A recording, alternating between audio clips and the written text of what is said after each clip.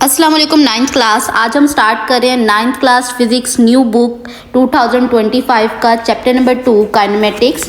सबसे पहले स्टार्ट करते हैं इसकी डेफिनेशन से। मैकेनिक्स की पहले डेफिनेशन दी हुई है।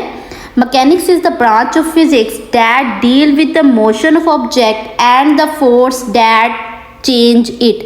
मैकेनिक्स के अंदर हम क्या करते हैं, मोशन ऑफ ऑब्जेक्ट को स्टडी करते हैं और उस फोर्स को भी स्टडी करते हैं जो कि मोशन ऑफ ऑब्जेक्ट को कम या ज़्यादा या उसको चेंज करती है। मैकेनिक्स एक बॉर्डर ब्रांच है, इसकी दो टाइप्स हैं, इसको दो में डिवाइड किया गया है। Mechanics is divided into two branches, number 1 is kinematics and number 2 is dynamics. यही दोनों आपके चैप्टर हैं। चैप्टर नंबर 2 में डिस्कस किया गया है काइनेमेटिक्स और चैप्टर नंबर 3 के अंदर डिस्कस किया गया है डायनामिक्स। पहले हमने रीड आउट करना है काइनेमेटिक्स क्या चीज़ है। काइनेमेटिक्स क्या है? Kinematics is the study of motion of object. Kinematics के अंदर भी हम स्टडी करते हैं, मोशन ऑफ ऑब्जेक्ट की ही स्टडी करते हैं। जाहिर है ये मैकेनिक्स की टाइप है तो इसके अंदर हमने स्टडी ऑफ मोशन ही डिस्कस करनी है, लेकिन without referring to the force. लेकिन हम इसके अंदर ये बिल्कुल नहीं बताते कि इसके अंदर फोर्स कैसे लग रही है, फोर्स का क्या इफेक्ट है।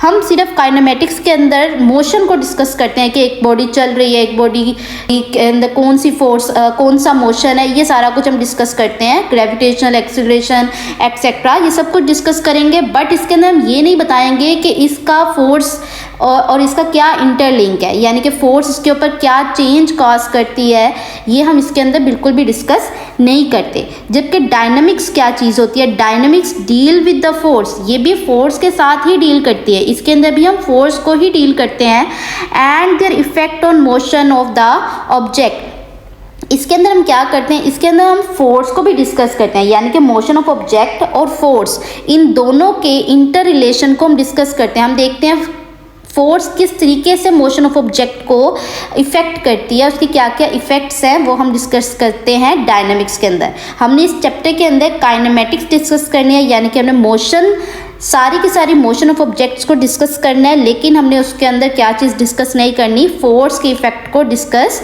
नहीं करना। आगे आपको कुछ मेन सी बातें बताई हुई हैं, इसको as such paper point of view से करने की ज़रूरत नहीं है। Scalar quantities and vector quantities. अब काइनेमेटिक्स पढ़ने के लिए आपको सबसे पहले ये पता होना चाहिए कि स्केलर क्वांटिटी क्या होती है और वेक्टर क्वांटिटी क्या होती है। सबसे पहले स्केलर क्वांटिटी की डेफिनेशन देख लेते हैं। फर्स्ट 2 लाइंस आप रहने दीजिएगा, यहाँ से स्टार्ट करेंगे। A scalar is that physical quantity which can be describe completely bye its magnitude only. सबसे पहले आपको पता होना चाहिए मैग्नीट्यूड असल में होता क्या है, ठीक है। Magnitude include A number and appropriate unit. Magnitude जो होता है वो किसी भी चीज़ का नंबर होता है और उसके साथ उसका यूनिट होता है। जैसे कि मैं कह सकती हूँ 5 kg, ठीक है, ये क्या है, एक नंबर है और साथ में एक यूनिट है, ओके। ये जो क्वांटिटीज़ होती हैं स्केलर क्वांटिटीज़, वो वाली क्वांटिटीज़ होती हैं जो सिर्फ इसी चीज़ से कम्प्लीटली डिस्क्राइब हो जाए, इसके साथ हमें डायरेक्शन की ज़रूरत नहीं पड़ती। वैसे एक क्वांटिटी जो होती है उसके अंदर 2 चीज़ें इंक्लूड होती हैं, एक मैग्नीट्यूड और दूसरी डायरेक्शन, यानी कि आपको इस चीज़ के साथ साथ आपको ये भी पता होना चाहिए इसकी डायरेक्शन क्या है, ठीक है। लेकिन स्केलर क्वांटिटीज़ कौन सी होती हैं जिसके अंदर हमें क्या चीज़ बस ज़रूरत होती है, मैग्नीट्यूड की ज़रूरत होती है, डायरेक्शन की ज़रूरत नहीं होती। आप स्केलर क्वांटिटी की डेफिनेशन करेंगे, साथ में आपको मैग्नीट्यूड पता होना चाहिए क्या होता है। नेक्स्ट आप देखते हैं कुछ इंपॉर्टेंट लाइन्स कर लेते हैं हम इसकी स्केलर क्वांटिटी की डेफिनेशन के साथ जो आप लिखेंगे। एग्जाम्पल देख लेते हैं इसकी स्केलर क्वांटिटीज़ की। Mass is a scalar quantity, distance, length, time, speed, energy, temperature, इन सब के साथ आप जो है इसके अंदर आपको सिर्फ एक नंबर और एक यूनिट की ज़रूरत होती है, इसके अंदर आपको डायरेक्शन की ज़रूरत नहीं होती। जैसे कि मैं बताऊं आपको, टेम्परेचर की बात कर लेते हैं हम, एग्जांपल यहाँ पे दी हुई है। टेम्परेचर के लिए आप क्या कहते हैं जी, एक इंसान है उसको 32 मैं कह देती हूँ फ़ारेनहाइट बुखार है, ओके। तो यहाँ पे क्या एक नंबर है और एक यूनिट है, आपको डायरेक्शन की ज़रूरत नहीं पड़ी। मैंने नहीं बताया कि जी ईस्ट की तरफ या वेस्ट की तरफ, ऐसा तो नहीं होता ना टेम्परेचर के अंदर।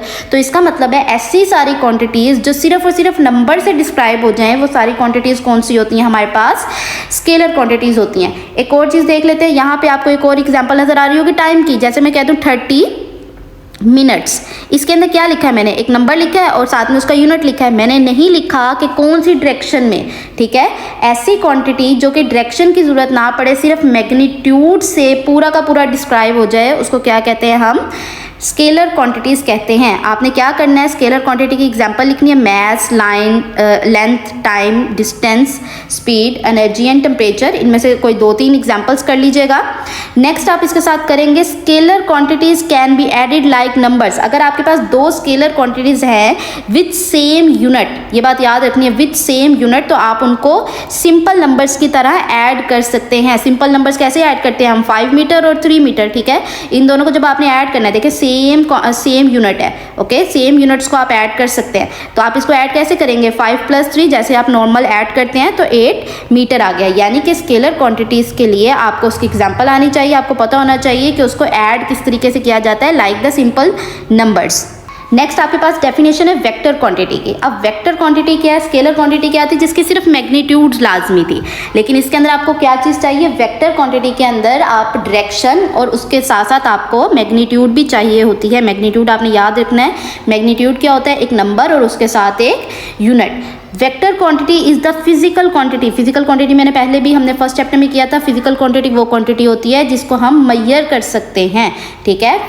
Vector is the physical quantity which need magnitude as well as direction. इसके वेक्टर क्वांटिटी वो वाली क्वांटिटी होती है जिसके साथ आपको मैग्नीट्यूड के साथ आपको डायरेक्शन भी चाहिए होती है टू डिस्क्राइब इट कम्प्लीटली। इसको कंप्लीट डिस्क्राइब करने के लिए आपको उसकी डायरेक्शन प्लस मैग्नीट्यूड दोनों चीज़ें चाहिए होती हैं। एग्जाम्पल के अंदर लिखा हुआ है displacement, velocity, acceleration, weight, force, ये सारी की सारी इन सारी, ये वेलोसिटी क्या होती है, डिस्प्लेसमेंट क्या होती है, ये आपको आगे जाके एक्सप्लेन किया जाएगा। ये आप एज एन एग्जाम्पल इसकी लिख लेते हैं। उसके अलावा मैं आपको थोड़ी सी आगे रीड करवा देती हूँ ताकि आपको वेक्टर क्वांटिटी थोड़ी समझ आ जाए, बट इसको आप लिखेंगे नहीं, ठीक है, एज अ शॉर्ट क्वेश्चन के अंदर। For example the velocity of car moving at 90 kilometre per hour. वो कह रहे हैं एक कार है जो कि 25 ms-1 के साथ मूव कर रही है टूवर्ड नॉर्थ। अब देखिए उन्होंने क्या बताया कि एक कार है, ये उसकी मैग्नीट्यूड है और साथ में उसकी डायरेक्शन भी बताई हुई है। तो इसका मतलब है वेलोसिटी जो है वो क्या है, एक वेक्टर क्वांटिटी है, ठीक है। इसके साथ आपने एग्जांपल कर ली। आपने एक और चीज़ करनी है, वेक्टर क्वांटिटी। वेक्टर क्वांटिटी इसको ऐड कैसे करते हैं, आपने ऊपर भी पहले डेफिनेशन लिखनी है, एग्जांपल लिखी थी और उसके बाद आपने बताया था वो ऐड कैसे करते हैं स्केलर क्वांटिटीज़ को भी। तो जाहिर है आपने वेक्टर क्वांटिटीज़ को भी बताना है कि ऐड कैसे करते हैं। Vector quantities can not be added like scalar. Vector quantities कभी भी स्केलर क्वांटिटीज़ की तरह ऐड नहीं होती, ठीक है। पहले आपने यहाँ से यहाँ तक करना है और बाद में ये वेक्टर क्वांटिटी वाला लिखना है। तो अगर ये नॉर्मल नंबर्स की तरह ऐड नहीं होती, इस तरीके से ऐड नहीं होती, तो ये किस तरीके से ऐड होती हैं। There are specific method to add up the vectors. एक स्पेसिफिक मेथड होता है वेक्टर्स को ऐड अप करने का, यहाँ तक लिखेंगे। दिस मेथड, आप यहाँ पे लिखिए, this method is called head to tail rule, okay. यहाँ पे लिख लीजिए, this method is called head to tail rule, okay. This method is called head to tail rule. Head to tail rule एक rule है जो कि जिसकी मदद से आप वेक्टर्स को ऐड करते हैं। अगले पेजेस में आप इसको रीड आउट करेंगे। Page number 30, representation of A vector. अब आप वेक्टर्स को रिप्रेजेंट कैसे करते हैं, वेक्टर एक स्पेशल चीज़ होती है, इसको रिप्रेजेंट कैसे करेंगे वो आपने पहले बताना है। सबसे पहले आप यहाँ पे एक क्वेश्चन लिखेंगे, in textbook how is vector symbol usually written. आप जो सिंबल होता है वेक्टर का वो इन टेक्स्ट बुक आप उसको किस तरीके से लिखते हैं। इसका आंसर कुछ यहाँ से लेकर यहाँ तक बनता है। रीड आउट करते हैं इसको साथ साथ, क्या लिखा हुआ है। In textbook the symbol used for a vector is bold face. Bold face के साथ हम यूजली वेक्टर्स को लिखते हैं, ये इस तरीके से हम बोल्ड फेसेस के साथ वेक्टर्स को लिखते हैं। Since we can not write in bold face script on paper. जब हम पेपर के ऊपर लिख रहे होते हैं, ज़ाहिर हम पेपर कर रहे हैं अपना, उसके ऊपर जब हम लिख रहे हैं हम काफ़ी दफ़ा ऐसे बोल्ड फेसेस नहीं लिख पाते, ठीक है। तो हम वहाँ पे क्या करेंगे, so the vector is written as letter with small arrow over. हम या तो इसको बोल्ड फेस से रिप्रेजेंट कर सकते हैं, अगर आप बोल्ड फेस से रिप्रेजेंट नहीं कर रहे तो आप सिंपल वर्ड लिखें और उसके ऊपर एक इस तरीके से लिखकर उसके ऊपर एक एरो लगा दें, छोटा सा एरो से हमें पता चल जाता है कि ये एक वेक्टर क्वांटिटी है, ओके। नेक्स्ट आप एक यहाँ पे अगला क्वेश्चन लिख लीजिए। ये आपने एक क्वेश्चन कर लिया, अब अगला क्वेश्चन लिखते हैं। यहाँ पर क्वेश्चन लिखे, how magnitude of vector is represent. पहले तो अब इस एरो से क्या बात पता चली मुझे? इस एरो से मुझे ये बात पता चल रही है कि ये एक वेक्टर क्वांटिटी है और डायरेक्शन क्या है इसकी, इसके पास एक डायरेक्शन है। अब यहाँ पे आपने बताना है कि जी मैग्नीट्यूड ऑफ वेक्टर जो है वो किस तरीके से रिप्रेजेंट की जाती है। जस्ट एक लाइन है, the magnitude of vector is given by italic letter. Magnitude जो होती है वो किस तरीके से दी जाती है वेक्टर की? एक इटैलिक वेक्टर लेटर के जरिए दी जाती है विदाउट एरो हेड। अगर आप कुछ इस तरीके से लिख रहे हैं, ठीक है, सिर्फ ए लिख दिया आपने, तो इसका मतलब है ये मैग्नीट्यूड लिखी है आपने। मैग्नीट्यूड यानी कि स्केलर भी हो सकता है, लेकिन अगर आप ए लगाएंगे ये मैग्नीट्यूड हो गई, और उसके ऊपर अगर आप ऐसे करके एक एरो लगा देंगे तो ये क्या हो गया? एक मैग्नीट्यूड और डायरेक्शन। मैग्नीट्यूड और डायरेक्शन मिलाकर क्या बन जाता है हमारे पास? वेक्टर बन जाता है। ठीक है, तो यहाँ पे यही लिखा हुआ है कि मैग्नीट्यूड जो है, अगर आपने सिर्फ मैग्नीट्यूड बतानी है तो एक इटैलिक वेक्टर लेटर लिखें और उसके ऊपर आप एरो ना लगाएं, तो वो क्या बन जाता है? Magnitude of the vector. Next question लिख लीजिए। यहाँ पर क्वेश्चन आप लिखेंगे how is vector represented graphically. अभी तो आपने ये देखा कि आप टेक्स्ट बुक के ऊपर किस तरीके से वेक्टर को रिप्रेजेंट कर सकते हैं। अब आपने ये देखना है कि आप इसको ग्राफ पेपर के ऊपर या ग्राफिकली एक्स वाई एक्सिस के ऊपर आप इसको किस तरीके से रिप्रेजेंट करेंगे। इसका आंसर आप वेक्टर से लेकर यहाँ तक है, रीड आउट करना स्टार्ट करते हैं इसको। A vector can be represented graphically by drawing a straight line with the arrowhead at one end। वो कह रहे हैं आप वेक्टर को ग्राफिकली कैसे रिप्रेजेंट कर सकते हैं? एक एरो से रिप्रेजेंट कर सकते हैं with an arrow head at one and. एक हेड हो उसका एक हिस्से पे और दूसरा हिस्से पे टेल हो। The length of the line represent the magnitude of vector quantity. अब वो कह रहे हैं ये जो लेंथ है इसकी, ये क्या होगी? इस जो वेक्टर की मैग्नीट्यूड होगी, और ये एरो हेड क्या बता रहा होगा कि इसकी डायरेक्शन क्या है, क्योंकि वेक्टर के पास होता है ना, एक तो मैग्नीट्यूड होती है, एक डायरेक्शन होती है।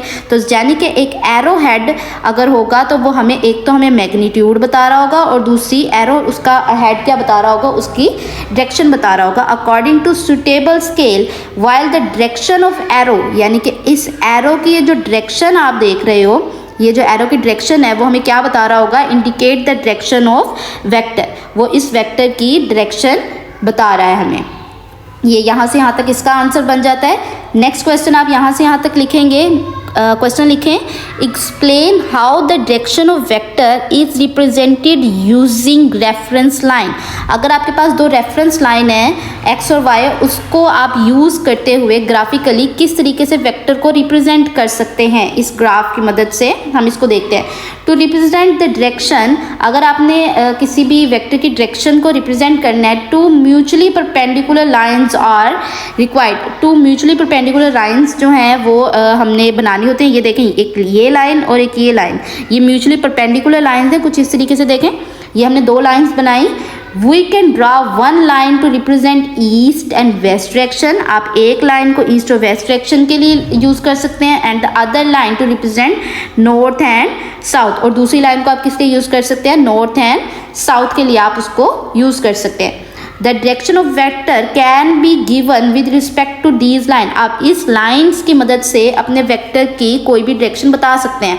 अगर आपका जो वेक्टर है वो नॉर्थ साइड पर ज़्यादा है तो आप इस तरीके से बता सकते हैं। अगर आपका वेक्टर कुछ साउथ साइड पर ज़्यादा है तो आप इस तरीके से बता सकते हैं। अगर आपका वेक्टर वेस्ट साइड पे है तो आप कुछ इस तरीके से बता सकते हैं। ठीक है, मोस्टली वो use any two lines which are perpendicular to each other. वो कह रहे हैं बेसिकली हम कोई सी भी दो लाइन्स को बेसिकली यूज़ करते हैं जो कि आपस में परपेंडिकुलर हो, यानी कि आप इस और इसको भी यूज़ कर सकते हैं। कोई भी वेक्टर बताने के लिए आप इसको और इसको भी यूज़ कर सकते हैं, आप इसको और इसको भी यूज़ कर सकते हैं, यानी कि इस तरीके से ये भी परपेंडिकुलर बनता है, ये भी परपेंडिकुलर बनता है, ये भी परपेंडिकुलर बनता है। आप कोई सी भी दो म्यूचुअली परपेंडिकुलर लाइन्स को वेक्टर के लिए यूज़ कर सकते हैं। Horizontal line x and x, वो कह रहे हैं हॉरिजेंटल लाइन जो है वो एक्स और एक्स कहलाती है। आपने पढ़ा था ये एक्स एक्सिस होता है और ये माइनस एक्स होता है, ये वाई एक्सिस होता है और ये माइनस वाई एक्सिस होता है। And is called X axis, and the vertical line Y and Y hash is called Y axis. The point where these axis meet, ये वाला पॉइंट जहाँ पे ये एक्सिस मीट कर रहे हैं इज कॉल्ड दी ओरिजिन। वो क्या कहलाता है? ओरिजिन कहलाता है। And the origin is usually donated by O, और इस ओरिजिन को हम यूजली क्या कहते हैं? ओ से रिप्रेजेंट करते हैं। नेक्स्ट आप यहाँ पे क्वेश्चन लिखेंगे, from where the vector drawn and how it is direction मैयर। आपने बताना है कि एक वेक्टर है उसको किस तरीके से हम ड्रा कर सकते हैं और उसकी डायरेक्शन को हम किस तरीके से मैयर कर सकते हैं। ठीक है, हमने डायरेक्शन तो बता दी ऊपर वाले पैराग्राफ के अंदर कि आप ऐसे लाइन लगाएं दो म्यूचुअली परपेंडिकुलर लाइंस के दरमियान में, नॉर्थ और वेस्ट या ईस्ट वगैरह के दरमियान में, तो आपको पता चल जाएगा डायरेक्शन कहाँ पर है। लेकिन डायरेक्शन को मैयर भी तो करना है ना कि कितने डिग्री वो साउथ की तरफ है, कितने डिग्री वो वेस्ट की तरफ है। तो इस पैराग्राफ में हम बेसिकली ये बात डिस्कस करने लगे हैं। A vector is drawn starting from the origin of the reference axis throughout the given direction. आपने कोई सी भी दो एक्सिस ले लेनी है, आपने क्या करना है, कोई सी भी दो एक्सिस लेनी है, फॉर एग्जांपल दिस वन, और आपने हमेशा अपने वेक्टर को कहाँ से स्टार्ट करना है, ओरिजिन से स्टार्ट करना है। The direction is usually given by the angle theta. आपकी जो डायरेक्शन है वो हमेशा कहाँ से, ओरिजिन से स्टार्ट होगी, और जो भी एंगल बनेगा उसको हम क्या कहते हैं, थीटा। ठीक है, और the angle with x axis is always measured from the right side of x axis and in anti clockwise direction. अगर आप एक्स एक्सिस से बनाना स्टार्ट करें एंगल तो वो हमेशा एंटी क्लॉकवाइज बनते हैं। Anti clockwise mean this one direction, तो वो एंटी क्लॉकवाइज हम उसको मेजर करते हैं। आप अगर आपने फॉर एग्जांपल कोई ऐसा हमारे पास है, ऐसा केस है, आपको नीचे एग्जाम्पल के अंदर पता चलेगा, कोई इस तरीके से केस है, यानी कि आपने रेफरेंस y को लिया है। ठीक है, वो आपको MCQs में या किसी भी चीज़ में बताते हैं कि आपने रेफरेंस किसको लेना है, कहाँ से कहाँ वाली चीज़ को मैयर करना है। अगर आप y को रेफरेंस ले रहे हैं तो आपका जो डायरेक्शन होगी वो क्लॉकवाइज होगी, बट यहाँ पे आपको एग्जांपल के लिए x एक्सिस को रेफरेंस रखने को कह रहे हैं, तो आपकी डायरेक्शन कुछ इस तरीके से होगी, एंटी क्लॉकवाइज होगी। जब आप जो आपकी d होती है उसे जब आप मैयर करेंगे प्रोटेक्टर से, तो आप कुछ इस तरीके से मैयर कर रहे होंगे। एग्जाम्पल करके देखते हैं। Example 2.1, draw the velocity of vector. उन्होंने कहा एक वेलोसिटी ऑफ वेक्टर को ड्रॉ करें। वेलोसिटी कितनी दी हुई है, उन्होंने 300 ms-1 दी हुई है एट द एंगल 60। एक तो आपको देखें यहाँ पे, एक तो आपको उसने दी हुई है मैग्नीट्यूड दी हुई है और साथ में डायरेक्शन दी हुई है।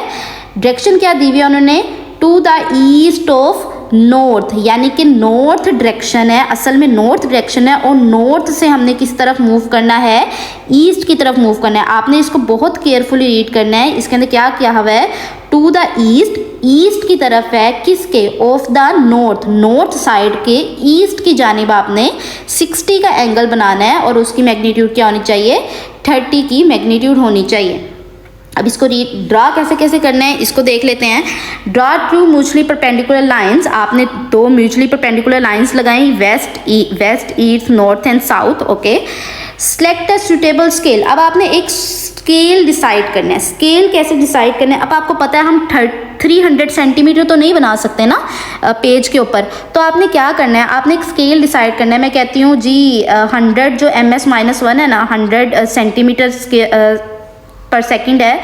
अगर तो 100 सेंटीमीटर स्क्वायर मेरे स्केल के 1 सेंटीमीटर के इक्वल है। ओके, मैंने जस्ट ऐसा अज्यूम करना है अपनी आसानी के लिए, ताकि मुझे 100 की लाइन ना लगानी पड़े, तो इसलिए मैं अज्यूम करूंगी। तो इसका मतलब है अगर 100 मेरे 1 के इक्वल है तो 300 किसके इक्वल होगा, 300 मेरे इक्वल होगा 300 सेंटीमीटर के। ओके, आप ये कुछ भी ले सकते हैं, मैं अपनी मर्जी से मैं ऐसे भी ले सकती हूँ कि मेरा 150 जो है 150 ms-1 किसके इक्वल हो रहा है, मैं कह सकती हूँ मेरा 150 ms-1 1 सेंटीमीटर के इक्वल हो रहा है। तो इसका मतलब मेरा 300 ms-1 किसके इक्वल होगा, 2 सेंटीमीटर के इक्वल होगा। अपनी आसानी के लिए आपने कोई भी स्केल आप रख सकते हैं। अब आपकी बुक के अंदर कौन सा स्केल है ये देख लेते हैं। आपकी बुक के अंदर स्केल है 100 का, उन्होंने अपनी मर्जी से रखा है, आप अपनी मर्जी से भी रख सकते हैं। उन्होंने क्या कहा है कि 100 सेंटीमीटर पर स्केल जो है वो किसके इक्वल, आपने जब 100 सेंटीमीटर गुजरेगा तो आपका स्केल जो है 1 सेंटीमीटर की आप लाइन लगा सकते हैं। Then 300 centimetre are represented by 300 centimetre. Okay, 300 जब गुजरेगा तो कितने की लाइन आपने लगानी है, 3 सेंटीमीटर की लाइन लगानी है। अब आपने क्या करना है, यहाँ पे आपको दिख रहा है उन्होंने एक वेक्टर लिया है, आपने स्केल लेना है, स्केल से आपने लाइन लगानी है। लाइन कितनी लगानी है, आपने 3 सेंटीमीटर की लाइन लगानी है। आपने 3 सेंटीमीटर की लाइन लगाई। अब आपको क्या पता आपने किस डायरेक्शन में लगानी है। आप यहाँ पे देखो, नॉर्थ से आपने किस तरफ मूव करना है, ईस्ट की तरफ। ठीक है, नॉर्थ आपके पास ये था, नॉर्थ से आपने ईस्ट की तरफ मूव करना है, और कितने का एंगल होना चाहिए आपका, 60 का एंगल होना चाहिए। एंगल भी आपको दिया हुआ है उन्होंने। अब आपने यहाँ पर क्या करना है, आपने सबसे पहले अपनी प्रोटेक्टर रखनी है, यहाँ पर डी रखनी है, और उसके बाद आपने यहाँ से यहाँ की तरफ मूव करते हुए 60 के पॉइंट के ऊपर एक डॉट लगा देना है। ठीक है, यहाँ पे आपने एक डॉट लगा दिया। उसके बाद आपने क्या करना है, यहाँ पर आपने 3 सेंटीमीटर इसी डॉट के पास आपने ओरिजिन से यहाँ तक इधर 3 सेंटीमीटर की इसी डायरेक्शन में लाइन लगा देनी है। ठीक है, ये आपका बन गया vector 3 ms-1 at 60 angle. Draw 3 centimetre line OP at the angle of 60 starting from north toward east. North से ईस्ट की तरफ स्टार्टिंग में आपने 60 का एंगल बना देना है। Make an arrow head at the end of OP line, the OP is the vector V। ये जो एरो हेड आपने बनाया है ये हमें बता रहा है कि आपने किस तरफ की डायरेक्शन को मेंशन किया है। Example 2.2 draw a force vector. अब उन्होंने एक फोर्स का वेक्टर बनाने को कहा है। हैविंग मैग्नीट्यूड, आपको मैग्नीट्यूड दी हुई है 350 की और एंगल आपने बताना है 60 का। ठीक है, 60 का, और कौन सी एक्सिस पे बताना है, आपने एक्स एक्सिस पे बताना है। ठीक है, एक्स एक्सिस बता दिया उन्होंने और आपको एंगल भी बता दिया है कि 60 का एंगल और ये भी है। अब आपने सबसे पहले क्या करना है, आपने क्या करना है, एक स्केल देखना है। ठीक है, स्केल आपको पता होना चाहिए आपने कौन सा मेजर करना है। अब यहाँ पे है 350, मैं फिर से यही कह देती हूँ कि जी 100, ये देखें 100 न्यूटन, जब मेरा 100 न्यूटन गुजरेगा तो 1 सेंटीमीटर। जब 300 होगा तो क्या होगा, 300 होगा तो मेरे पास 3 सेंटीमीटर होगा और फिर आगे का 50 रह जाएगा। 50 के लिए यानी कि 0.5, ठीक है, क्योंकि 100 के लिए 1 था तो आगे 50 रह गया तो उसके लिए 0.5 होगा, यानी कि 350 न्यूटन किसके इक्वल आ रहा है, 3.5 सेंटीमीटर के। आपने 3.5 सेंटीमीटर की लाइन लगानी है और कहाँ पे लाइन लगानी है, एक्स एक्सिस पे लाइन लगानी है। आपने 2 रेफरेंस लाइंस ली। अब आपने एक्स एक्सिस से इधर की तरफ मूव करते हुए आपने लाइन लगानी है, कौन सी, 60 की। यानी कि आपने यहाँ पे क्या करना है, दोबारा देखते हैं, आपने यहाँ पे क्या करना है, एक डी रखनी है। ठीक है, अब आपने रेफरेंस किसको लेना है, एक्स को लेना है। आपने पिछले वाले में किसको लिया था, नॉर्थ को, क्योंकि नॉर्थ से आपने मूव करना था ईस्ट की तरफ। बट यहाँ पे उन्होंने साफ क्लियरली बताया हुआ है कि आपने एक्स एक्सिस के साथ एंगल बनाना है। तो आपने एक्स एक्सिस के साथ जब एंगल बनाया तो आपने देखा 60 कुछ यहाँ पर आ रहा होगा। जब आपका 60 यहाँ पे आया तो आपने इधर रख कर, आपने अपनी प्रोटेक्टर रख कर यहाँ से यहाँ पर आर्क लगाई और अपना एक स्केल से एक एंगल वेक्टर बना लिया कुछ इस तरीके से। Draw 3.5 centimetre line Q, O and Q at the angle 60 with x axis. Make an arrowhead at the end of line OQ and the OQ is the vector F. ये आपका सारा procedure था एग्जाम्पल 2.2 का। Next आपके पास है resultant vector. अब result आपने हमने जब शुरू में पढ़ा था हमने कहा था कि अभी तो हमने सिर्फ यही देखा है कि हम वेक्टर्स को आके रिप्रेजेंट कैसे करते हैं अभी तक, लेकिन हमने असल में ये रिप्रेजेंट करना सीख क्यों रहे हैं, क्योंकि आपको याद होगा हमने जब वेक्टर की डेफिनेशन की थी हमने लास्ट पे कहा था कि वेक्टर्स को हम ऐड कर सकते हैं by a special method, head to tail rule. अभी तक हमने हेड टू टेल रूल नहीं पढ़ा, हमने तो इसको ऐड करना सीखना है ना। हमने अभी तक उसे सिर्फ क्या देखा है, हमने सिर्फ ये देखा है कि उसको रिप्रेजेंट किस तरीके से किया जाता है। अभी हमने ऐड करना नहीं सीखा, अब हम ऐड करना सीखेंगे। वी कैन ऐड 2 और मोर वेक्टर, हम 1 या 2 वेक्टर्स को ऐड कर सकते हैं to get a single vector, ताकि हम दो वेक्टर लिखने की बजाय हम एक सिंगल वेक्टर लिख सके। This is called resultant vector. जो दोनों वेक्टर्स को प्लस करके वेक्टर आता है उसको हम क्या कह देते हैं, resultant vector. It has the same effect as the combined effect of all vectors to be added. इसका सेम इफेक्ट होता है, जो 2 वेक्टर्स को हम प्लस करेंगे उसका सेम इफेक्ट हमारे पास आएगा, जो हमारे पास आंसर आता है। जैसे कि हमने पीछे किया था 2 + 2 = 4, left hand side = right hand side, जैसे हम बोलते हैं। इसके अंदर भी सेम वही बात है कि जो आपके पास वेक्टर जो 2 आप प्लस करेंगे और जो आंसर आएगा उन दोनों का इफेक्ट क्या होगा, सेम टू सेम ही होगा, दोनों अलग अलग नहीं होंगे। We have to determine both magnitude and direction of the resultant vector, therefore it is quite different from that of scalar addition। तो ये जो है scalar addition से थोड़ा सा अलग है। One of the method of addition of vector is a graphical method, यानी कि आपको अगर मैं एक लाइन कटिंग भी करवाऊँ तो आप ये वाली लाइन कटिंग कर सकते हैं, ये वाली, ठीक है। यानी कि कुछ इस तरीके से देख लेते हैं दोबारा से, यानी कि आप पहले इतना करेंगे और उसके बाद लास्ट वाली line, one of the method, यहाँ से यहाँ तक आप इसको डेफिनेशन के अंदर विथ 2 मार्क्स के लिए आप इतना लिख सकते हैं, काफ़ी है, इनफ है। नेक्स्ट है आपका addition of vector by graphical method. अब आपने देखा कि हमने रिजल्टेंट वेक्टर पढ़ा और हमने पढ़ा कि जी हम रिजल्टेंट वेक्टर बना सकते हैं by graphical method. Graphical method हम कैसे करते हैं वो हमने पीछे भी रीड किया, graph X and Y axis, east and west with 2 examples. अब 2 वेक्टर्स को हमने ऐड करना है। लेट ऐड 2 वेक्टर्स, आपने 2 वेक्टर्स को ऐड करना है v1 और v2 हैविंग मैग्नीट्यूड ऑफ, अब उन दोनों की मैग्नीट्यूड कितनी है 300 न्यूटन और दूसरे की कितनी है 400 न्यूटन। अब आप खुद सोच के बताएं कि हमने इसको ऐड करना है, 300 वाले की डायरेक्शन क्या है 30 डिग्री और इसकी डायरेक्शन क्या है 60 विद एक्स एक्सिस। अगर मैं इसको कुछ इस तरीके से बल्कि ड्रा किया हुआ है, यहाँ पर ये ड्रा एक्स एक्सिस लगाया। अब यहाँ पर 3 सेंटीमीटर क्यों लिखा है और यहाँ पे 4 सेंटीमीटर क्यों लिखा है? अगर आपको आंसर पता है तो आपने, इसका मतलब है पीछे वाला बिल्कुल अच्छे तरीके से किया है।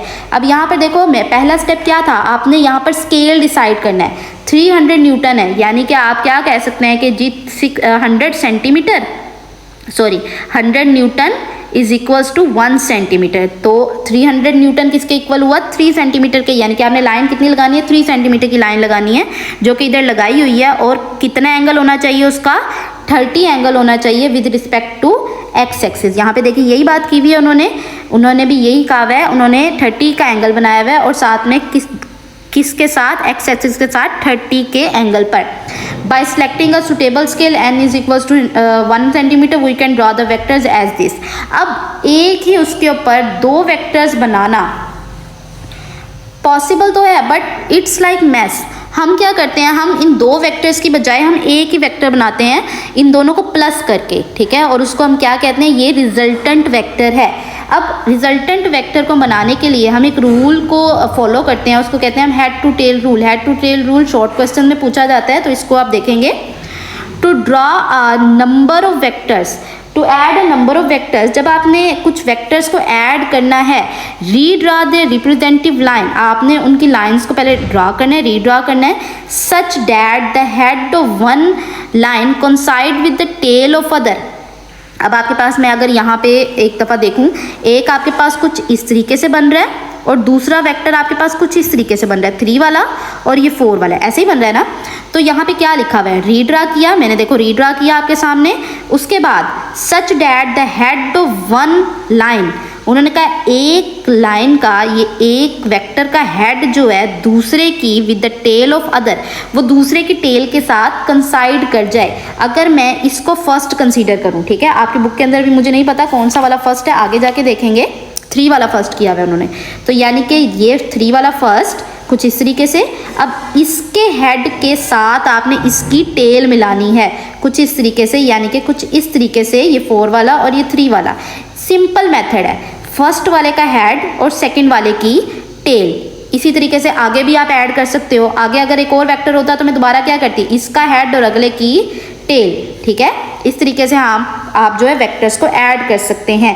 The head of one line coincide with the tail of other, first का हेड और सेकंड की टेल आपस में मिलती जाती है।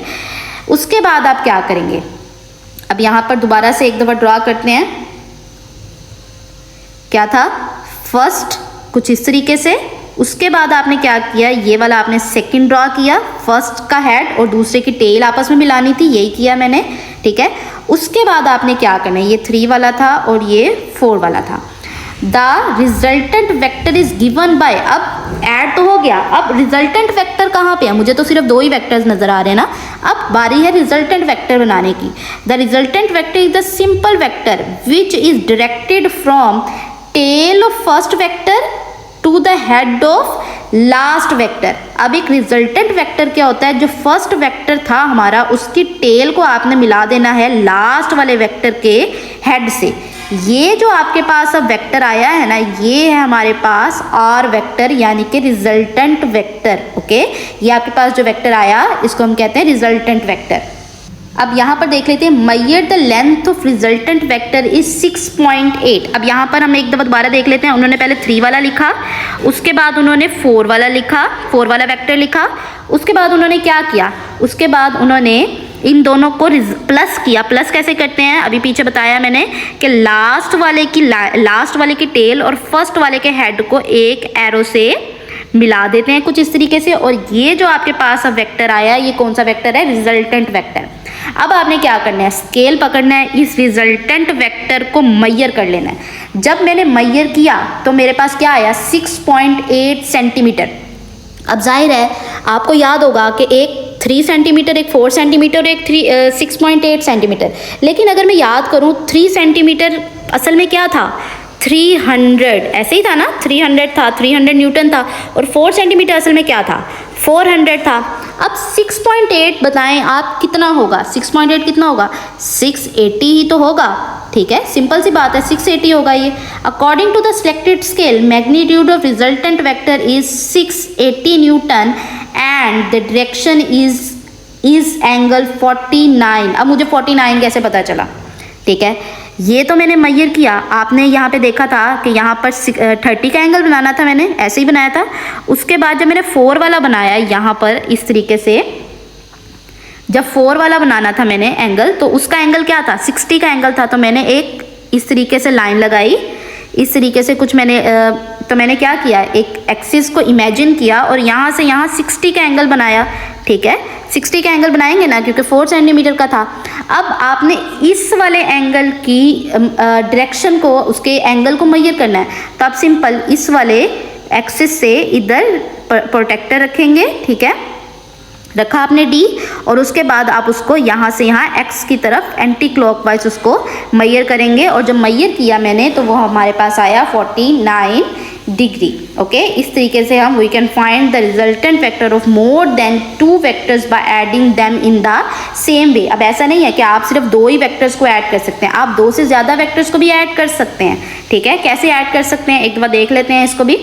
देखिए, फर्स्ट वेक्टर कुछ इस तरीके से है, फॉर एग्जांपल सेकंड वेक्टर कुछ इस तरीके से है, थर्ड वेक्टर मैं कहती हूँ कुछ इस तरीके से है, तो मेरा रिजल्टेंट वेक्टर कैसा होगा, कुछ इस तरीके से होगा, ऐसा ही है ना।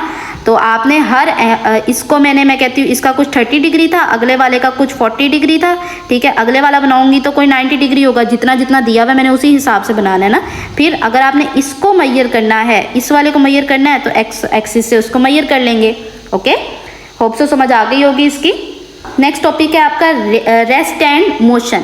अब रेस्ट और मोशन बहुत बेसिक सा कॉन्सेप्ट है ये। रेस्ट क्या होता है और मोशन क्या होता है, डेफिनेशन की तरफ चलते हैं।